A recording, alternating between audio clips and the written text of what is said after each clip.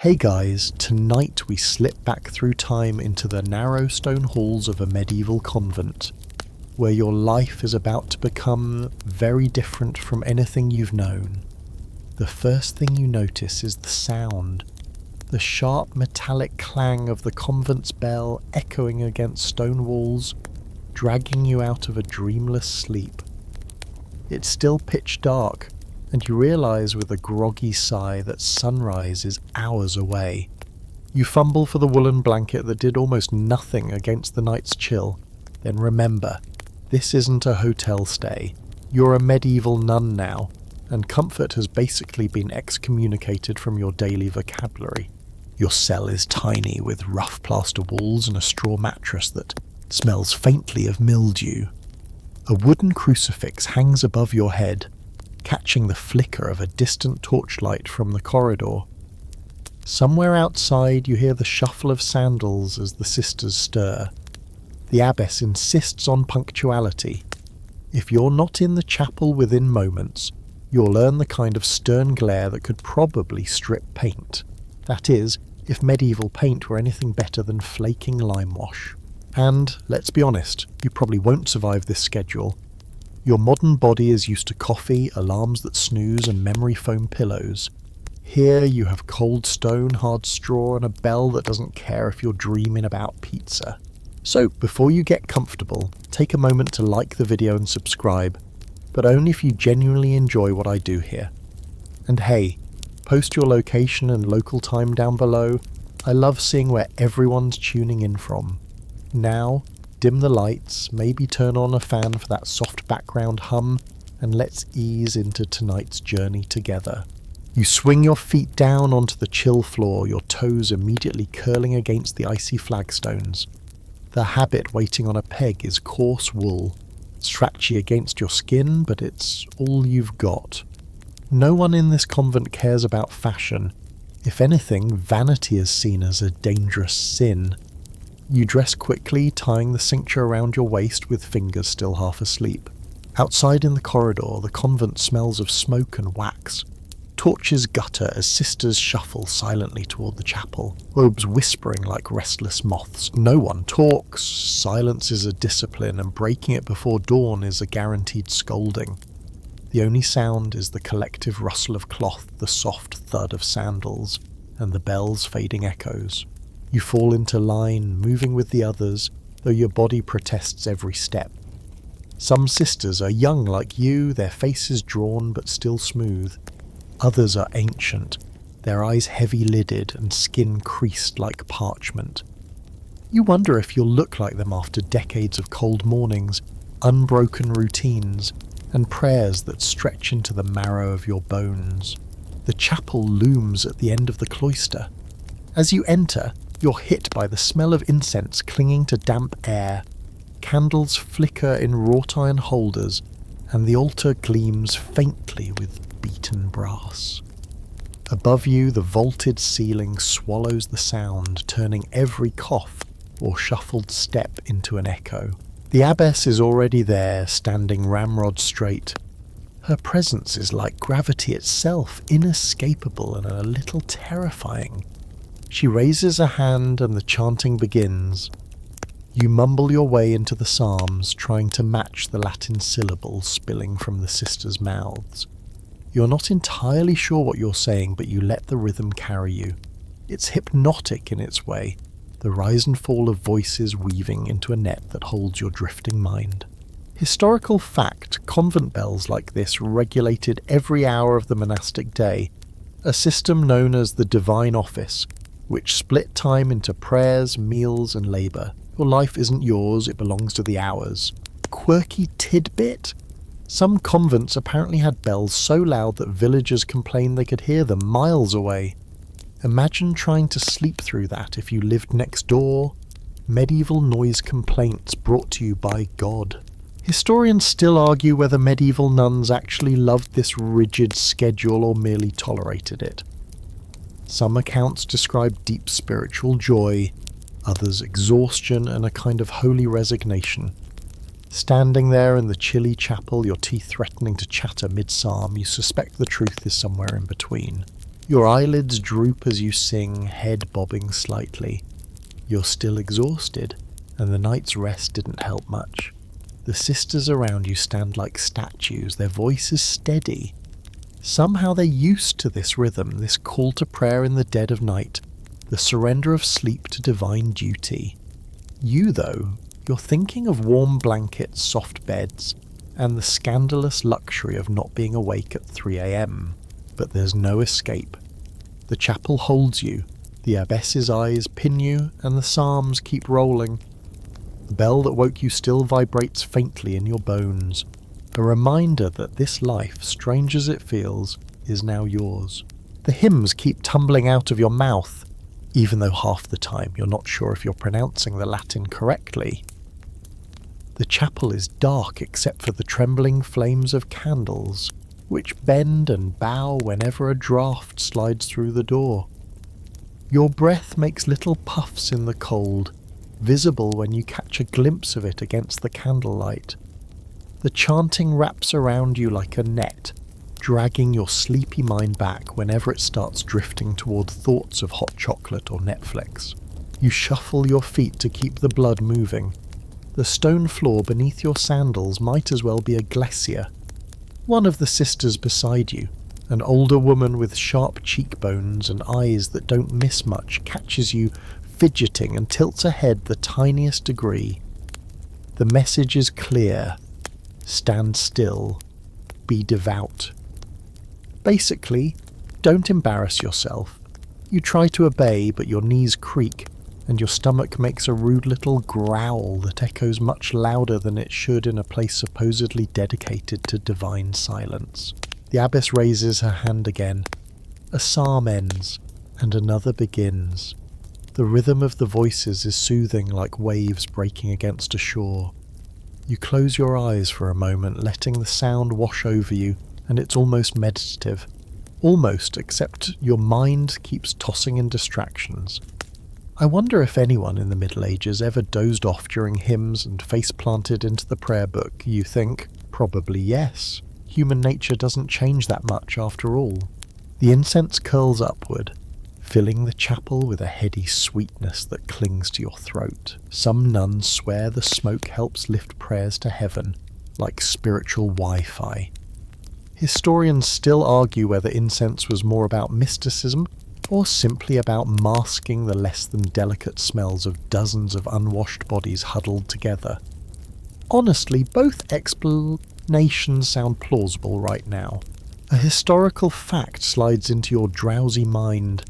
Monasteries and convents in the medieval period typically rose before sunrise to recite matins or lauds, the first prayers of the day.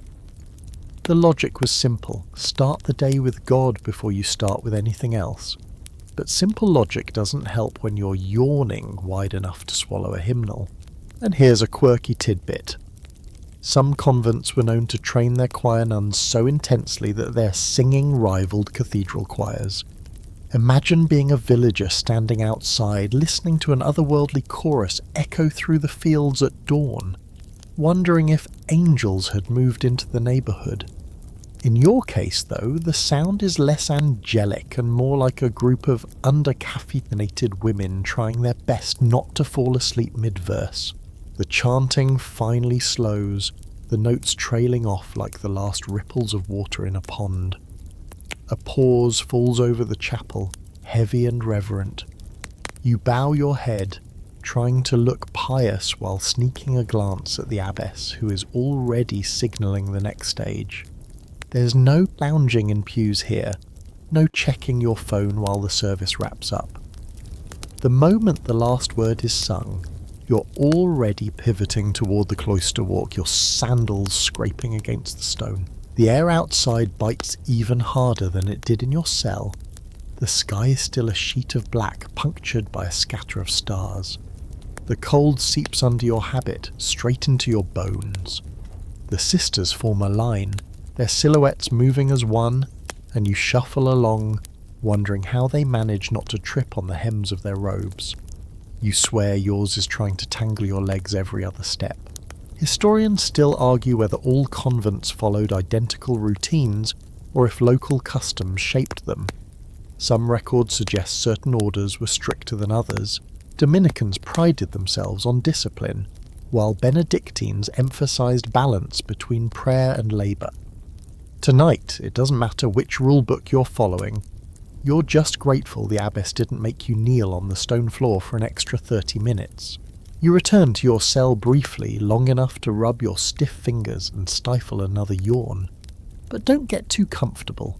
Sunrise is creeping closer, and with it, the day's first proper service.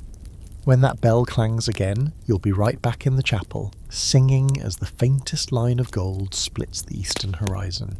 For now, you stretch out the knots in your shoulders and whisper to yourself, 1 hymn down, about a dozen more to go today. Congratulations, you're surviving your very first pre-dawn vigil as a medieval nun. You've made it through the first round of hymns, and by the time you shuffle back into the refectory, the convent's dining hall, the black sky is softening at its edges. Dawn creeps in like a cautious guest. The bell rings again, not to torment you this time, but to signal the day's first meal. Don't get excited. There are no pancakes, no bacon, and definitely no oat milk lattes waiting for you.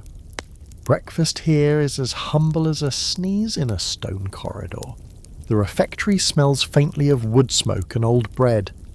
A long wooden table stretches under a row of narrow windows, though the light barely filters through the cloudy glass. You take your place with the other sisters. The seating is fixed, hierarchy woven into even the smallest details. Novices and younger nuns like you at one end, the older sisters closer to the abbess's chair. Conversation is forbidden during meals, so no chit-chat, no small jokes whispered between bites. The only soundtrack is the scrape of spoons against wooden bowls and the occasional cough. On the table before you is today's spread. A chunk of yesterday's raw, tough enough to chip a tooth, and a bowl of porridge that could double as wall plaster if it sits too long. You dunk the bread into the porridge, because otherwise it's like gnawing on oak bark. A jug of thin ale makes its way down the line, and you pour a little into a cup carved from horn. It's not exactly refreshing, but water straight from the well isn't always safe. By medieval standards, this is a pretty decent breakfast. Historical fact: monasteries and convents usually ate 2 meals a day, sometimes 3 in larger communities.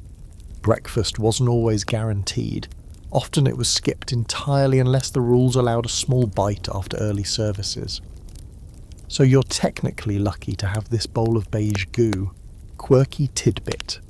Some convent rules specifically warned against too much laughter during meals, as if giggling over soggy porridge might invite eternal damnation. You try to keep a straight face when one of the novices down the line makes a grimace so exaggerated it looks like she's chewing shoe leather.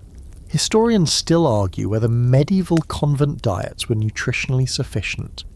Records suggest that while nuns had access to bread, grains, and garden vegetables, they often lacked meat and sometimes even dairy. Malnutrition could be a quiet but constant companion. Judging by the porridge now gumming up your spoon, you could see how some sisters wasted away, not from lack of faith, but lack of calories.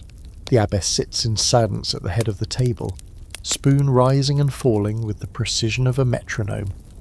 You sneak glances at her, half expecting her to catch you daydreaming. Alongside the silent eating, one sister stands at a lectern, reading aloud from a holy text. The steady drone of her voice fills the room, words tumbling into your ears whether you want them or not. It's an odd sensation, chewing, swallowing, and at the same time trying to listen to a recitation about saints who fasted for 40 days. You stifle a sigh. You're barely surviving 40 minutes without snacks. You take another bite. The porridge has cooled into something with the texture of glue. Your jaw works steadily, trying to make the bread surrender. Somewhere in the rafters above, a pigeon coos lazily, mocking your culinary struggle. No one else reacts. Perhaps the sisters have trained themselves to ignore birds, bellies, and boredom alike. The meal ends abruptly, as everything here does, with a signal from the abbess. Bowls and spoons are collected by novices, including you. You scrape out the remains into a pail, then wipe the bowl clean with a cloth so worn it could qualify as holy relic. No time for lingering. The routine pushes you along like a river. As you leave the refectory, you step back into the cloister walk. The sky has now turned pale, and the first blush of sunrise paints the frost on the grass a delicate pink. Your stomach feels heavy and strangely empty at the same time, but you'll get used to it. Or at least you hope you will. Breakfast in silence, you realise, sets the tone for the day. Words are precious here, rationed more carefully than bread. You begin to understand that the greatest luxury in the convent isn't food or comfort, it's the chance once in a while to whisper your own thoughts aloud. The porridge still sits in your stomach like a stubborn stone as you're shepherded with the others back toward the scriptorium, the writing room. It's a narrow chamber lined with wooden desks, inkpots, quills, and stacks of parchment. This is where you'll spend the bulk of your morning, hunched over a manuscript, copying words you would mostly recognise but occasionally squint at, wondering if that's a G or just a splotch. The room smells of ink and drying vellum, faintly metallic and oddly comforting, like a mixture of old books and wet leather. Sunlight filters through the high narrow windows, catching dust motes that drift lazily in the cold air. You find your assigned desk, where a sheet of scraped calfskin parchment waits. The surface is smooth but faintly veined, reminding you of the material's very not vegan origins.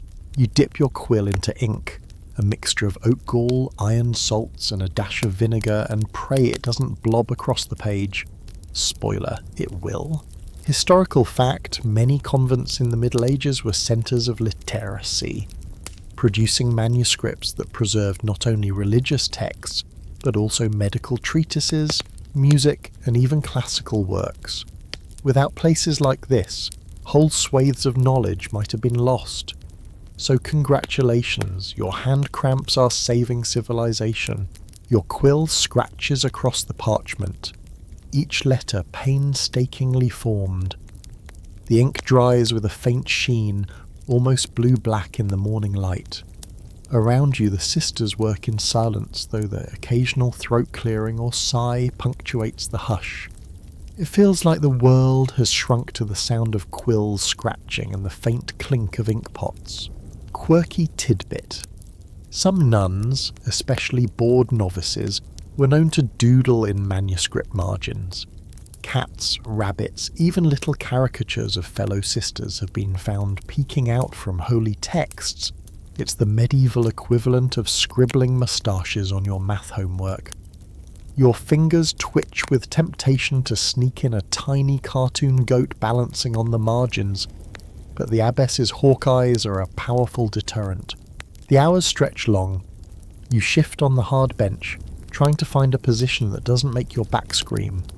The cold makes your fingers stiff, and each dip into the ink pot feels riskier than the last. One accidental drip, and you'll have a big black stain across the sacred words.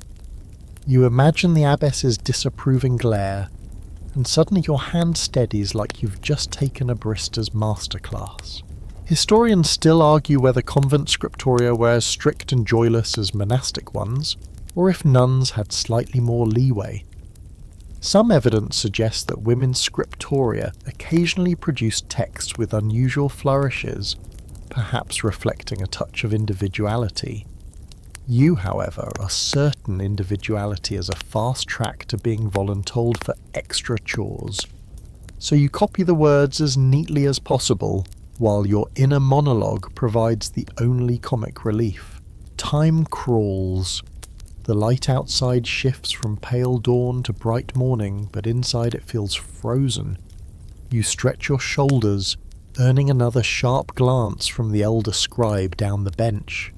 She's the kind of woman who probably counts her quill strokes. You try not to roll your eyes. Mocking others silently still counts as sin, technically. The parchment fills slowly, row by row, until your hand aches, your neck feels locked. and your eyes cross from squinting at Latin phrases. Finally, at a signal from the abbess, the morning's copying ends.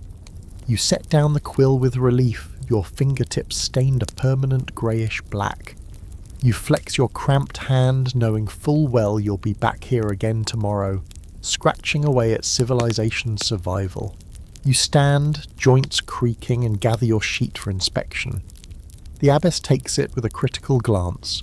She says nothing, which, in convent language, is basically a standing ovation. You breathe a sigh of relief and shuffle back into line. Outside, the gardens beckon, though not for leisure. You're headed for chores now, because prayer alone doesn't keep a convent running. As you step into the crisp morning air, you flex your ink-stained fingers and think, one day I'm going to draw that goat. You trade your ink-stained fingers for dirt-stained ones. The garden lies just beyond the cloister, a square of soil framed by low stone walls and rows of tilled beds. The morning air is sharper now, bright sunlight making the frost sparkle like sugar, dusted across the cabbages. You tug your sleeves back, already bracing yourself for the scratch of wool against skin as you bend down to pull weeds. The convent garden is equal parts survival and symbolism. Parsnips, leeks, onions and beans push up in stubborn little rows. Over by the wall, clusters of herbs sway. Sage, mint, lavender, all destined for the infirmary or the kitchen pot. You can smell them even before you touch them. Earthy and sharp, their scents mixing with the smell of turned soil. Historical fact, medieval convent gardens weren't just about food, they were medicine cabinets too. Nuns grew plants for remedies, salves and tonics following herbal knowledge passed down from Roman texts and folk wisdom. In fact, some convents became known for their healing work, treating villagers who couldn't afford physicians. You kneel in the dirt, fingers numb from the cold soil, tugging weeds that never seem to give up. They cling to the earth like they've made vows to.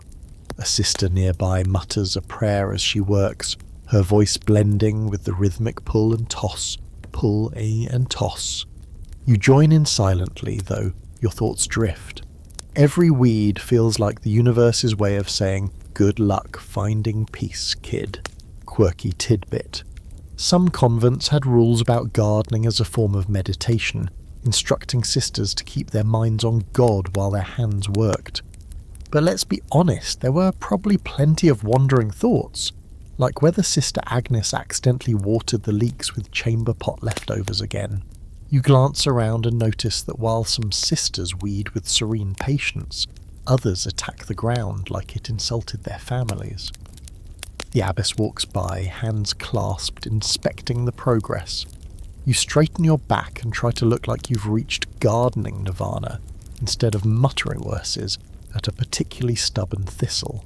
Historians still argue whether convent gardens were self-sufficient or just supplements to food brought by lay tenants. Some records suggest gardens alone couldn't feed everyone, so donations and rents help fill the larder. You don't know which is true, but staring at this patch of earth, you can't imagine anyone surviving winter on parsley and beans alone. The work goes on for hours, your knees damp and your nails rimmed in dirt. The sun climbs higher, warming the air just enough to make you sweat under your habit. You pause to wipe your brow, the coarse sleeve scratching your skin. Around you, the garden hums quietly, buzzing insects, distant birds, the scrape of hose against soil. It almost feels peaceful if you ignore the ache in your back. Finally, the bell calls again. Tools are set aside, baskets of weeds dragged off, herbs bundled neatly. Your muscles complain as you stand, brushing soil from your robes. You flex your hands, noticing how the ink stains from earlier now mingle with dirt, leaving you looking like a walking art project in earth tones. As you shuffle back toward the cloister, you realise the prayer and parsnips go hand in hand here. The body feeds the soul, but the garden feeds the body, or at least tries to. Your stomach, still half hungry from breakfast, grumbles in agreement. Your fingers are still tingling from tugging weeds when the abbess redirects you toward the almonry. the small stone chamber near the convent gate where charity is dispensed. The morning sun has climbed enough now to throw harsh light across the courtyard, revealing cracks in the walls and dust motes glittering in the air. Outside the almonry door you can already hear the muffled shuffle of feet. Villagers, beggars, widows, and children waiting for scraps of bread or a ladle of thin soup. The air inside the almonry is different from the cloister. Instead of incense and parchment, it smells of humanity, unwashed clothes, damp wool, and the faint sour tang of hunger. A wooden chest stands against the wall, half filled with loaves baked the previous day, along with a barrel of ale watered down to the strength of slightly flavoured rain. Your job? To hand these out in orderly fashion while the abbess keeps one eye on the needy and the other on the convent's dwindling stores. Historical fact, almonries were a standard part of medieval monastic life. They embodied the church's role in providing alms, bread, drink, and sometimes clothing to the poor. Monasteries and convents often acted as medieval food banks, especially in harsh winters. For many peasants, the almonry door meant the difference between survival and starvation. The line creeps forward. You pass out a loaf to a stooped old woman whose hands shake so badly she nearly drops it. Then to a boy with hair sticking up in all directions, clutching the bread to his chest like treasure. Each time you whisper a blessing, though your voice sounds shy, almost apologetic. The abbess's gaze flicks toward you, reminding you to project authority. Bread given here is not merely food, it's charity in the name of God. Quirky tidbit. Some records note that clever villagers tried to get double rations by disguising themselves, draping a cloak differently or smearing dirt to look older. One convent kept track of the truly needy by recognizing them by smell alone. You glance at the crowd and can't help wondering if Sister Beatrice could serve as a human lie detector nose. The rhythm of giving is interrupted by a man grumbling that the loaf is too small. The abbess silences him with a single glare so withering it could strip paint from a church door. He mutters thanks and shuffles off. You try not to smirk. Power in this world doesn't always need shouting, it can be delivered with nothing more than an arched eyebrow. Historians still argue whether these acts of charity were genuine compassion or more about reputation. Feeding the poor certainly aligned with Christian duty, but it also reminded locals that the convent was a source of authority and influence. Was it selfless or was it PR before PR existed? Standing here, you suspect it's both. By the time the last crust is handed out, your arms ache from lifting loaves, and the barrel of ale is nearly drained. The villagers disperse slowly, some bowing their heads in gratitude, others barely glancing back. The abbess snaps the chest shut, murmuring to herself about the need to ration more carefully. You catch the words "winter stores" and your stomach twists. The door closes, shutting out the world beyond the convent walls. Inside, silence returns, though you can still feel the echo of desperate eyes staring at you. You've learned quickly that charity isn't just a duty here, it's a burden. Every loaf given is a loaf not eaten by the sisters themselves. And yet tomorrow the poor will be back at the almonry door. You brush crumbs from your hands and join the others heading back through the cloister. The convent bell rings again, reminding you that there is no pause, no space for reflection, there is only the next task. You trail back into the cloister thinking you might get a moment of quiet after the almonry, but no, today brings visitors. The abbess announces it with the same tone someone might use to say rats in the cellar. A pair of noble patrons have arrived, along with a pilgrim who looks like he's walked through every puddle between here and Canterbury. Visitors mean hospitality, and hospitality means chaos disguised as order. The convent guest hall is draughty, with rushes scattered on the floor to absorb whatever mud, ale, or other surprises guests drag in. You help lay out benches and a simple spread. Coarse bread, cheese and watered wine. Nothing fancy, this isn't a banquet, but enough to honour those who've come knocking. The nobleman, wrapped in a fur-lined cloak that smells faintly of wet dog, accepts the bread with a kind of stiff politeness, as if chewing it were beneath his dignity. His wife, pale and sharp-eyed, looks around the hall with thinly veiled judgment. You suddenly feel self-conscious about every crack in the plaster. Historical fact. Medieval convents often relied on wealthy patrons to survive. Nobles donated land, money or goods in exchange for prayers for their souls. Hosting them was less about courtesy and more about business. If the patrons left unhappy, so might their generosity. The pilgrim, by contrast, seems delighted with his heel of bread, nodding gratefully between gulps of wine. He tells tales of his journey to holy shrines, though his words are slurred and his beard smells like it has never met soap. You glance at the other nuns, who keep polite, blank expressions, though you can see their eyes darting toward the abbess for cues. Quirky tidbit. There are records of medieval pilgrims trying to smuggle in relics to impress monasteries, anything from a chipped bone to a shiny pebble. One convent reportedly received a saint's tooth that turned out to be from a pig. You half wonder if the pilgrim before you has a pocket full of suspicious rocks he plans to trade for more cheese. Historians still argue whether convents welcomed visitors warmly or saw them as burdens. Some chronicles describe lively exchanges of stories and gifts, while others paint a picture of guarded tolerance. Judging by the abbess's tight smile, you suspect it depends entirely on the quality of the patron's cloak and the thickness of his purse. Once the guests have eaten, you help clear the hall, carrying away crumbs and cups.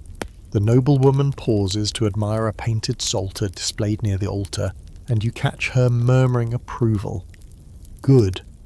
A single approving word from a patron can mean the difference between new candles this winter or going blind by firelight.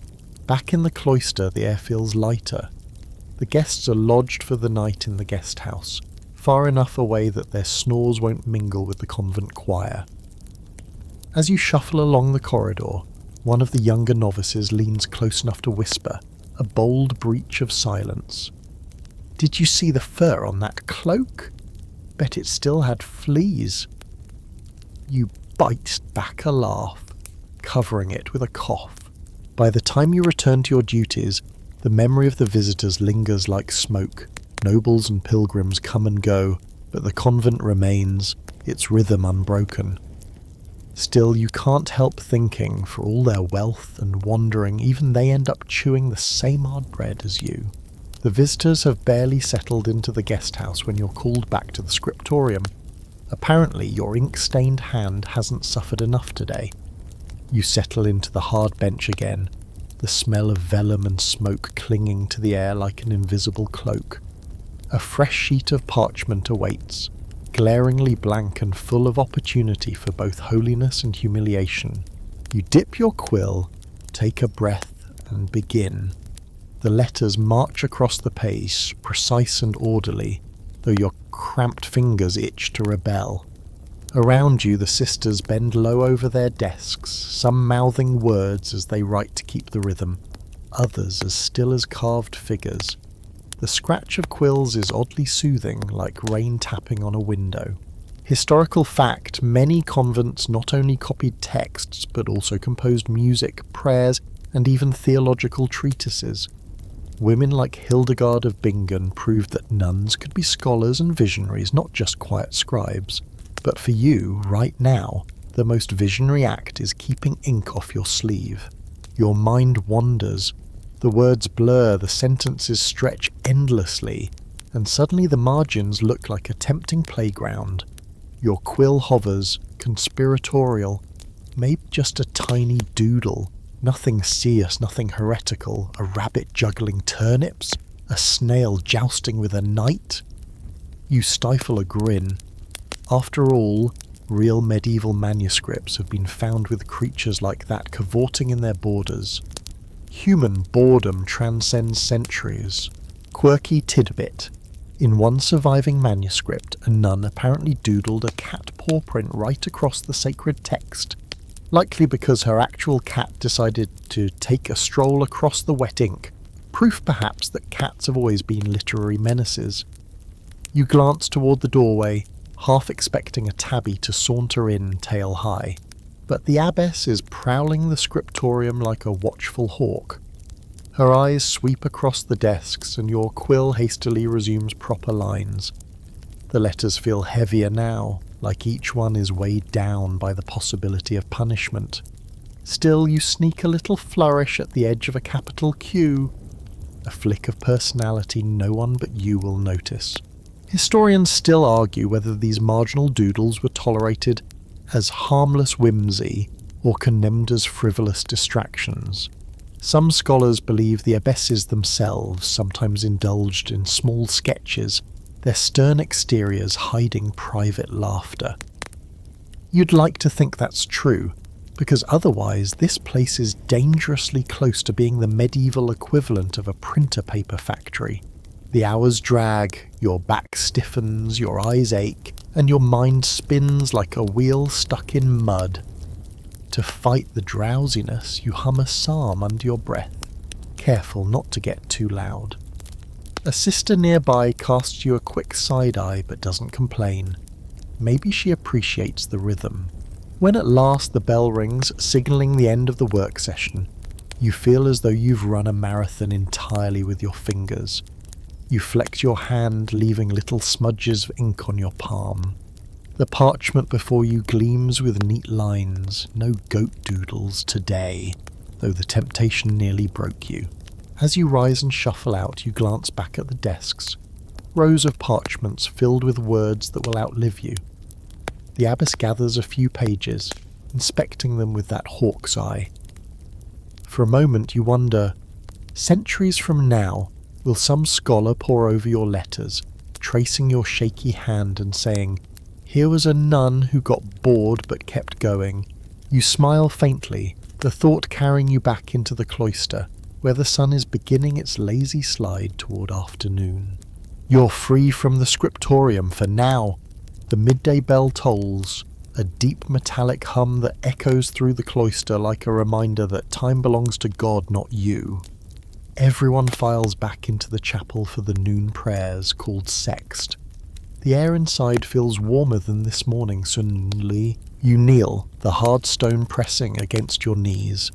The rhythm of the prayers is familiar now, Latin words tumbling from your lips almost automatically. Your mind drifts in the golden light, wandering far from the abbess's stern gaze. You watch dust specks swirl like tiny galaxies, dancing in the beams of light. It's hypnotic, and your head starts to nod despite yourself. Historical fact, the Divine Office divided the day into 7 or 8 periods of prayer, punctuating work with spiritual breaks. Sext, held around noon, was meant to remind the faithful to pause in the middle of daily labour and reconnect with God. In practice, it often left people fighting sleep and hunger. Quirky tidbit. Some convent rules included warnings against drowsy prayer, reminding nuns not to slump or let their voices trail off. A chronicler even joked that a sister once snored so loudly during sex that her neighbour nudged her awake with a hymnal. You pinch your leg discreetly to avoid becoming the modern reenactment of that anecdote. Historians still argue whether prayer at these intervals actually deepened spiritual life or merely fragmented the day into exhausting chunks. Some say it cultivated mindfulness. Others call it spiritual micromanagement. Sitting here, your stomach rumbling again, you lean toward the latter view. The chanting continues, voices rising and falling in waves. You notice how the sound shifts as the sun streams brighter through the windows, as if the light itself is singing. Your eyelids droop, but you force them open, focusing on the way the colours stain the floor in jewel tones. You imagine stepping into the red pool and coming out dyed like a ruby. When the prayers finally end, you bow and stand with relief, stretching your aching back as discreetly as you can. The abbess glances your way but says nothing, and you shuffle out into the cloister once more. The sun outside is dazzling now, and for a moment you just bask in it, letting the warmth soak into your skin before the next task sweeps you away. The sun is high now, warming the cloister walls, and you're assigned to the infirmary garden.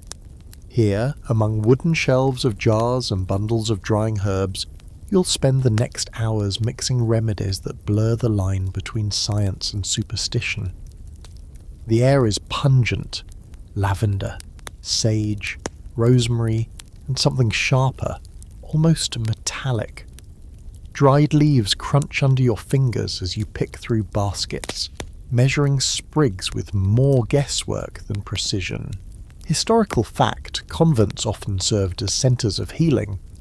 Nuns were some of the most skilled practitioners of herbal medicine in medieval Europe, treating everything from fevers to broken bones.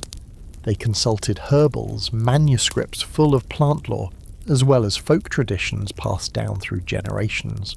Today's task is grinding sage leaves into a paste for sore throats. You wield the mortar and pestle, the rhythmic grinding echoing softly off the stone walls. The paste smells sharp, earthy, almost edible. Another sister nearby mixes lavender oil into a salve for burns.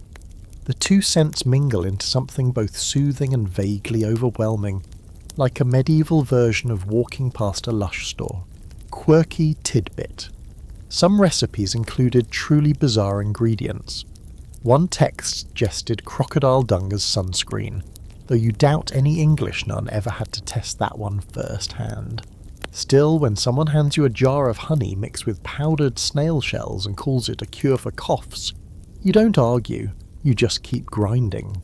Historians still argue whether medieval herbal remedies were genuinely effective or more placebo than cure. Some plants, like willow bark, which contains salicin, a precursor to aspirin, definitely worked. Others, like powdered emeralds to stop bleeding, were probably just expensive ways to eat rocks. You look at your bowl of sage paste and wonder which side of the spectrum you're on today. The infirmary itself is small but tidy. A couple of narrow beds for 6 sisters, a crucifix above each one, and shelves stacked with jars labelled in Latin. You peek at one, Pulvis Draconis. Dragon powder? Probably not what it sounds like. The abbess insists every jar has its place, and heaven help the novice who puts valerian root where the wormwood should be. By mid-afternoon your hands are stained green from herbs, and your head spins from the smells. You cork the paste into a small clay pot and label it with shaky Latin letters. Somewhere in the convent, a sister coughs, and you imagine her grimacing as this pungent sludge is pressed into service. When the bell rings again, you wipe your hands on your robe, another permanent stain to add to the collection, and step out into the crisp air. The herb garden behind you hums with bees, the convent's quiet pharmacy always in motion. You can't help smiling at the thought. Your fingers, stiff from copying manuscripts this morning, now reek of sage and lavender. Civilization's survival depends on both ink and herbs, and you, a tired nun with dirt under her nails, are part of that fragile chain. The infirmary jars are sealed and stacked, and before you can even rub the sage smell from your hands, the abbess sends you toward the chapel again, this time for confession. The confessional is no ornate wooden booth like in later centuries. Here, it's a small chamber, a low stool on one side, and a lattice screen separating you from the priest on the other. A single candle flickers, throwing more shadow than light, and the air feels heavy, like the walls themselves are listening. You kneel, the wood biting into your knees. The screen obscures the priest's face, leaving only a silhouette. You begin with the familiar words, your voice a whisper. The silence on the other side stretches, inviting you to pour out everything you've been carrying.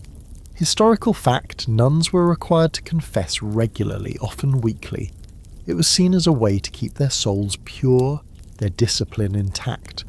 Priests or confessors assigned to convents wielded enormous influence. sometimes more than the abbess herself. You confess the little rebellions, the daydreaming during sext, the doodle you almost drew in the margin, the flash of irritation at the grumbling beggar. You even mumble about wishing for butter on your bread, though you're not sure if that counts as sin or just a universal human longing. The words tumble out, and the candle flickers as though mocking your trivial admissions. Quirky tidbits, the devil penitentials the manual's priests used, listed some oddly specific sins like laughing too loudly in the cloister, or eating without giving thanks. You think about last night's porridge, swallowed with more grimace than gratitude, and wince. Oops. Historians still argue whether confession was more a tool for genuine spiritual relief or a method of surveillance and control. Did nuns leave feeling lighter, or simply watched? As you kneel here, you're not sure. Part of you feels silly spilling secrets so small, and yet another part feels strangely unburdened, as if the act of speaking them aloud dissolves them like salt in water. The priest murmurs a penance. Recite a psalm, reflect on obedience, pray for humility. You nod, though he can't see it, and cross yourself. The candle guttering on the ledge seems to sigh with you, its smoke curling upward in lazy threads. When you leave the chamber, the cloister feels brighter, the cold air almost welcome after the heavy shadows. Other sisters wait their turn, their faces pale, their eyes unreadable.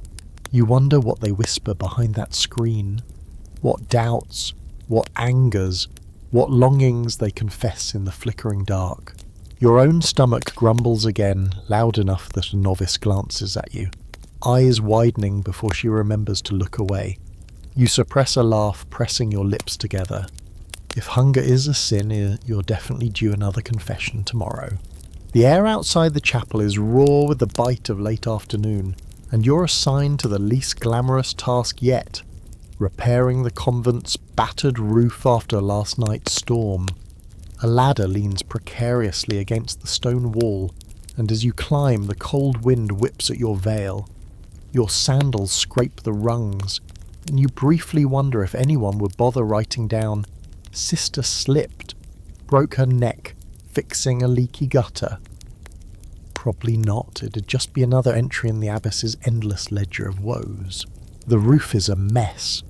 Rain has seeped between the tiles, leaving dark streaks along the beams. You crouch low, tugging at warped shingles, your hands numb with the cold. Below, other sisters scurry about with buckets to catch the steady drip, their habits swishing as they dodge splashes. Somewhere in the wall a rat darts out, bold as you please, before vanishing into the shadows again. Historical fact, convents constantly struggled with upkeep. Roof leaks, crumbling walls, and infestations weren't rare, they were normal. Maintenance was part of survival, and sisters often pitched in alongside hired labourers. Prayer might save souls, but it didn't patch shingles. You wedge a new tile into place, praying it doesn't slide off and decapitate Sister Agnes below. The wind whistles, rattling loose wood, and you imagine medieval storms howling all winter, while the sisters huddle under blankets praying the roof holds. One loose beam and the whole dormitory could turn into a medieval indoor swimming pool. Quirky tidbit, records mention convent cats officially employed as rat catchers, their presence sanctioned because vermin were such a menace. Some even received names in the convent accounts, like Mite or Grimalkin. You wish one of them were here now, glaring down the whiskered intruder who just made off with a crumb of bread from the refectory. Historians still argue whether convent life was truly serene and contemplative as many accounts claimed, or whether it was more like a never-ending list of domestic emergencies. Judging by the tile currently threatening to slip from your frozen fingers, you lean toward the second option. After what feels like hours of balancing acts, you climb down with aching knees. Your hands are streaked with grime, your robe dotted with dust and rat droppings. You catch your reflection faintly in a bucket of rainwater, hair escaping from your veil, cheek smudged. looking less like a serene bride of Christ and more like a harried chimney sweep. The abbess inspects the repairs from below, lips pressed thin. She gives a short nod, silent approval. You sigh in relief. Around you, sisters mop up puddles, their sandals slapping against the wet stones. A couple of novices chase the rat with a broom, their giggles quickly swallowed when the abbess clears her throat. As evening draws closer, the storm damage is patched, the buckets emptied, and the convent settles back into its routine. But you know that tomorrow, or the next storm, the leaks will return, the rats will sneak back, and you'll be climbing that ladder again, whispering prayers for steady footing. The sun has slipped low, and with the roof patched for now, you file back into the chapter house where the abbess has decided it's time for instruction. This is not the fun kind of lesson where someone teaches you herbal lore or a new psalm melody. No, this is a sermon in slow motion, the kind of talk where your eyelids stage a mutiny before she even reaches her second sentence. You sit cross-legged on the cold stone floor with the other sisters, hands folded neatly in your lap, trying not to fidget. The abbess begins, her voice echoing under the vaulted ceiling, every word deliberate. She drones about obedience, humility, and the dangers of idle thoughts. You nod sagely while secretly wondering if your stomach is going to growl loud enough to get you written into the next sermon as a cautionary tale. Historical fact, medieval convents often included regular readings or homilies from the abbess or a chaplain, meant to remind sisters of their vows and moral duties. These weren't optional. Attendance was as compulsory as breathing. The words wash over you, long and winding, like a lecture on a subject you didn't sign up for. Your mind slips sideways, wandering off into imaginary places, perhaps back to the garden, where the sage smelled fresh and green, or maybe even further, to a world where you could actually nap without divine judgment. You blink hard, pulling yourself back just in time to realize the abbess has paused, her sharp gaze scanning the room. While she looking at you, you straighten your back, adopting your best rapt attention face. Quirky tidbit. Some medieval manuscripts of sermons have doodles of yawning monks and nuns in the margins, proof that even in the 13th century audiences were fighting the universal battle against boredom.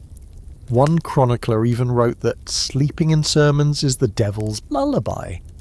You bite the inside of your cheek to avoid nodding off and becoming Exhibit A. Historians still argue whether these lessons genuinely shaped the sisters' spirituality, or were more about enforcing discipline and control. Was the abbess instilling wisdom, or just reminding everyone she was in charge? Sitting here with pins and needles creeping into your legs, you suspect it's a bit of both. The abbess's voice rises, then softens, then rises again, like a tide. Every so often she quotes scripture, and the sisters murmur responses in unison. You join in, though your lips feel heavy and your brain is 2 steps behind. When the abbess finally closes with a stern blessing, the relief in the room is almost palpable. You unfold your legs, wincing at the stiffness, and follow the line of sisters out into the cloister. The cool air feels like freedom after the stifling chapter house. Overhead, the sky is streaked with pink and violet, the first stars winking awake. You exhale, tension easing from your shoulders. For now, the lessons are done. Tomorrow, no doubt, there will be more. But tonight, your brain is free to wander in silence. The sky deepens into indigo as the bell calls you once more, this time to vespers. The chapel glows with firelight now, candles blazing in iron sconces and a hearth crackling at the far end. Shadows sway across the vaulted ceiling, stretching long fingers as you file in with the other sisters. The air is warmer than it's been all day, carrying the mixed scents of tallow, smoke, and lingering incense. You kneel, your knees grateful for the rush mats laid down tonight. The chanting begins, soft and low at first, then rising like a tide of sound. The psalms at Vespers are about thanksgiving, gratitude as the day closes. Your voice blends into the chorus, weaving with the others until it's impossible to tell who begins and who follows.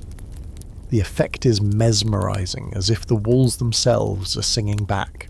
Historical fact: Vespers was one of the most important services in the medieval divine office, often marked with more ceremony than the others. Its timing near sunset gave it symbolic weight, the end of light, the approach of night, and a reminder of life's transience. You glance around, catching how the flames light up each face differently. The abbess looks severe, her eyes glittering in the firelight. One of the novices, eyes closed, sways slightly to the rhythm, as if caught in a trance. Your own eyelids flutter, not from sleepiness this time, but from a kind of strange calm, as if the chant itself is pulling you into a pocket of peace. Quirky tidbit. Medieval accounts mention that some sisters got so swept up in evening chants that they sang a little too enthusiastically, earning quiet reprimands. One chronicler even joked about sisters who think themselves nightingales. You bite back a smile, careful not to let your voice soar above the others. You'd rather not debut as tonight's nightingale. Historians still argue whether the intense beauty of Vespers created genuine mystical experiences, or whether those accounts were romanticized exaggerations. Were nuns transported into divine ecstasy, or just really tired and a little lightheaded from incense and hunger? Hard to say. As you chant now, with your stomach still grumbling and the fire's warmth making you drowsy, you think maybe both explanations fit. The final hymn fades into silence. The candles flicker, and the hearth pops, sending sparks upward. You bow your head, then rise with the others, your body moving almost automatically now. The rhythm of the convent has seeped into your bones. Each prayer, each chant, each bow is muscle memory. Stepping back into the cloister, you notice the sky has gone completely dark. Stars scatter across it like spilled salt, and the cold air nips at your cheeks. The day is nearly over, yet you know the night still holds another summons. Midnight isn't for sleeping, it's for matins. But for now, there's a brief reprieve. The fire's glow still lingers in your eyes, and the echo of the chant hums in your chest. You carry it with you into the shadows, a thin thread of warmth against the long night ahead. You crawl into your straw mattress thinking maybe, just maybe, you'll get a full night's rest. No such luck. The bell shatters the silence at midnight, dragging you out of dreams so abruptly you half believe you've been mugged by time itself. Your bones protest, yes. Your eyelids glue themselves shut. But the rule is clear. Matins must be sung. You groan softly, then scramble up, tugging your habit over chilled skin. The air in your cell feels sharper than ever, every breath like inhaling icy glass. The cloister is darker than it was at dawn. Only a few torches sputter, casting small halos of light on the damp stone.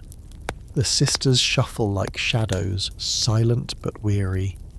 You fall into step, your sandals whispering across the floor, and head once more into the chapel.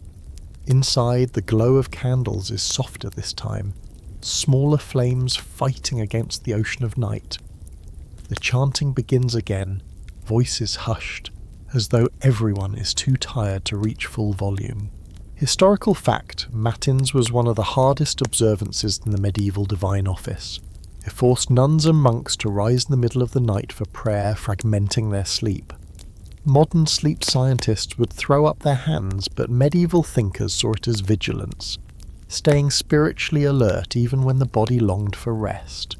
You join the chant, your voice hoarse, the words stumbling like half-drunk syllables. You glance sideways and see that even the abbess looks more ghostly than stern, her face pale in the candlelight. Still, she sways with a rhythm, unwavering in her devotion. You try to match her steadiness, though your brain feels like porridge sloshing in a cracked bowl. Quirky tidbit. Some nuns apparently dozed mid-chant, their voices drifting off into snores until jolted awake. One chronicle even records a sister who sang entire verses in her sleep. Nobody noticed until she accidentally added farmyard animal noises. You fight back a laugh, imagining the Latin chant suddenly punctuated by myrrh.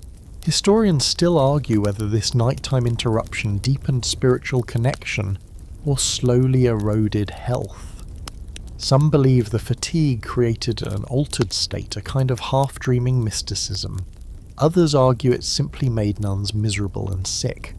As you blink blearily at the glowing altar, both theories feel equally possible. When the service ends, you stagger back toward the dormitory. Your feet drag, your body screams for rest, and your mind drifts somewhere between waking and sleeping. You collapse onto your straw mattress, pulling the thin blanket tight around you. Outside, the world is silent, but for the faint cry of an owl. Sleep comes quickly, but not gently. You dream restless dreams of ink bleeding across parchment, rats gnawing on parsnips, and bells that never stop ringing. Even in slumber, the convent clings to you, a rhythm you can't escape. Yet there's a strange comfort in it too, the sense of being held, not just by rules and walls, but by something larger, even if you don't fully understand it. And now, as the midnight bell fades and your straw mattress finally softens beneath you, let the pace of this story slow.